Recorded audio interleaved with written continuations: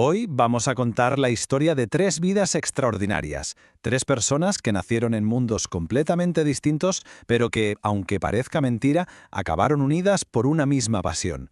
Una pasión que literalmente les costó todo: defender la naturaleza.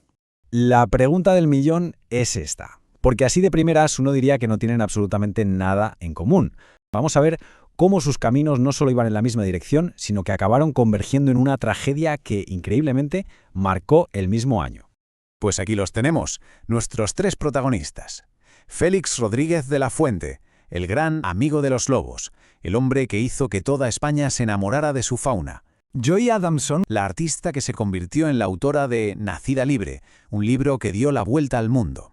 Y George Adamson, su compañero, conocido como el padre de los leones, porque sencillamente parecía entenderlos mejor que nadie. Fijaos qué apodos, resumen a la perfección quiénes eran.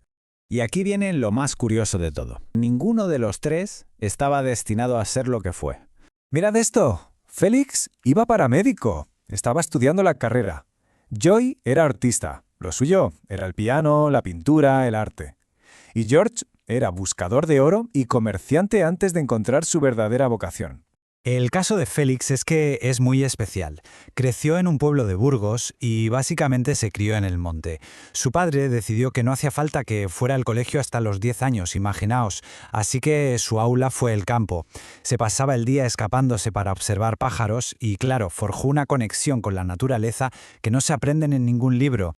500 años. ¿Y a qué viene este número? Pues mirad, ese es el tiempo que un arte ancestral, la cetrería, llevaba prácticamente olvidado en España, hasta que llegó Félix, y él, casi por su cuenta, lo resucitó. Pero eso solo fue el principio, su impacto fue muchísimo más grande. Félix se convirtió literalmente en la voz de la naturaleza en España. No solo protegió a las aves rapaces, sino que hizo algo impensable en aquel entonces: defender al lobo ibérico, que era el enemigo público número 1. Y lo más importante es que con sus programas consiguió que todo un país se pegara a la tele para ver animales, dándole voz y valor a ese mundo rural que se estaba perdiendo. Y para que nos hagamos una idea de su poder de comunicación, hay que pensar en la España de los 70. Félix conseguía que sus documentales tuvieran más audiencia que los partidos, más que el fútbol. Mientras Félix conquistaba España, nos vamos a Kenia, porque allí estaban haciendo otra leyenda. Y todo empezó con un momento muy duro. George Adamson, en su trabajo como guardabosques, se vio obligado a abatir a una leona. Lo que él no sabía era que esa leona dejaba atrás a 3 cachorros huérfanos. Y una de esas cachorras era Elsa, un nombre que, poco después, se convertiría en sinónimo de libertad en todo el mundo. Los Adamson la adoptaron y con ella se embarcaron en un experimento que nadie, absolutamente nadie, había intentado antes. Lo normal habría sido enviarla a un zoológico. Pero no, a los Adamson se les ocurrió la idea, que sonaba a locura, de devolverla a la naturaleza, de enseñarle a una leona criada por humanos a ser una leona salvaje. Fue un proceso larguísimo, súper delicado, que requería una paciencia y una conexión con el animal nunca vistas. Y fue Joy, con su don para contar historias, quien inmortalizó esta hazaña. Nacida Libre fue un bombazo mundial. Pero lo mejor no fue solo eso, sino que todo el dinero que ganaron con el libro lo usaron para financiar más proyectos de conservación.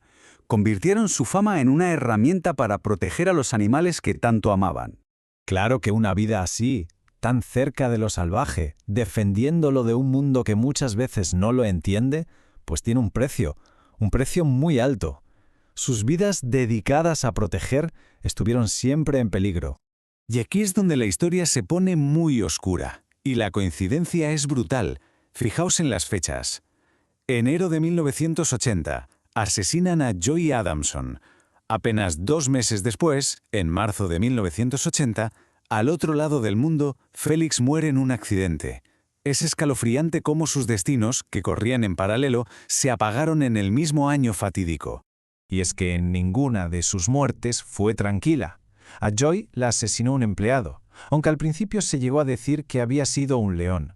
Félix murió en un accidente de avioneta en Alaska, justo el día que cumplía 52 años, y siempre quedó la sombra de la duda de un posible sabotaje. Y George, casi una década después, murió como vivió, defendiendo a otros, asesinado por bandidos.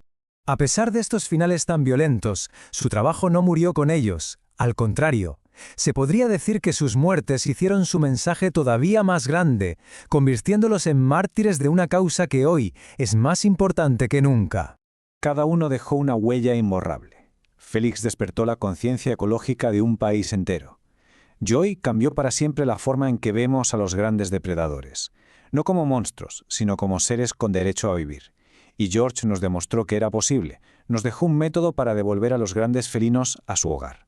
La historia de Elsa, gracias a ellos, sigue viva. Es, probablemente, el argumento más poderoso que existe contra el cautiverio. Un recordatorio muy simple. El hogar de la vida salvaje es la propia vida salvaje.